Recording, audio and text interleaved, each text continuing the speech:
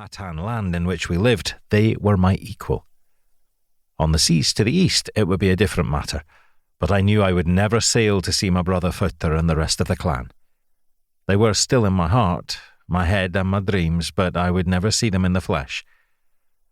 The Norns had seen to that. Here I was the shaman of the bear, and the Sneke, Gitta, was considered a magical beast that could fly across the water without the need for paddles. Many men were envious of her, and what they saw was my power. There was a pattern to our life in Brave Eagle's village. The clan with whom we lived, Brave Eagle's clan, suffered as we had done at the hands of the Penobscot.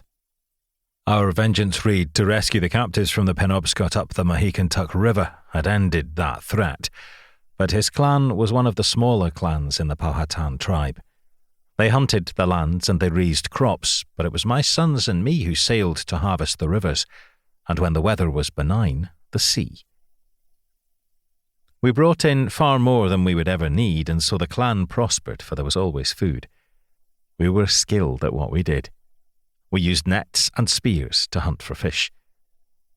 The spears were for the larger fish, the hunters of the sea. I was not a fool, and I hunted nothing that was close to the length of the Sneke. When we brought back such bounty, we were hailed as heroes. The birch-bark boats of the clan could sail the seas, but the risks were too high for them to do so and to fish. Most of the time, our fishing expeditions were restricted to the Rappahannock River and the Patawomke. Even Longspear's clan, the largest in the tribe, sometimes went hungry in harsh winters, but not Brave Eagles. By reckoning, counting back the summers since they had been born, Mooseblood had seen more than 15, and Brave Cub 11 or 12. They were now warriors, and Mooseblood would be like his father and have a beard. Their hair was a mixture of their mother's and mine, while their skin showed that they were Norse. Like me, their little sister, Little White Dove, and their younger brother, Golden Bear, it marked us as different. But they were accepted in the clan, and that was because of my reputation and what I had done.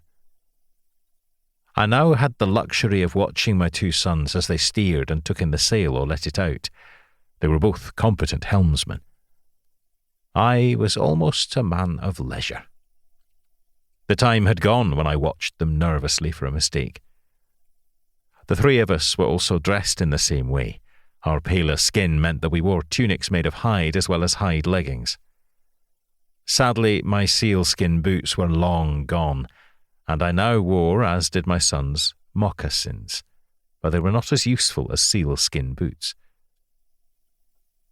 I had made other changes too from the Viking warrior who had led his people west.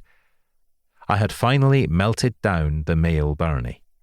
It had become old, and I had doubted that it would stand up to a fight. I melted it down and used the metal to make arrowheads. They were a prized possession of my sons. When I gave gifts to my brother warriors, it was a couple of arrowheads. They were considered more valuable than a golden hoard to the warriors. When they were used for hunting, they struck deeper than the stone or flint ones.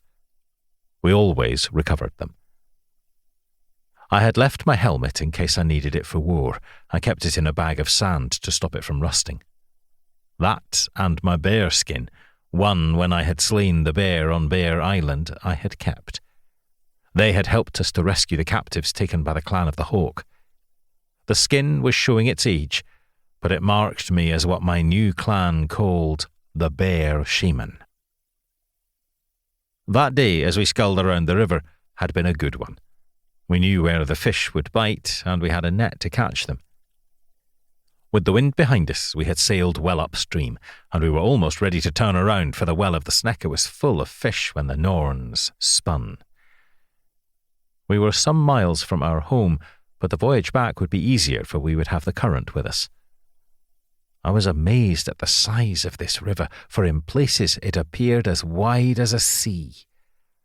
Now, as the tide turned, we would be able to use the power of the river to head south and our home.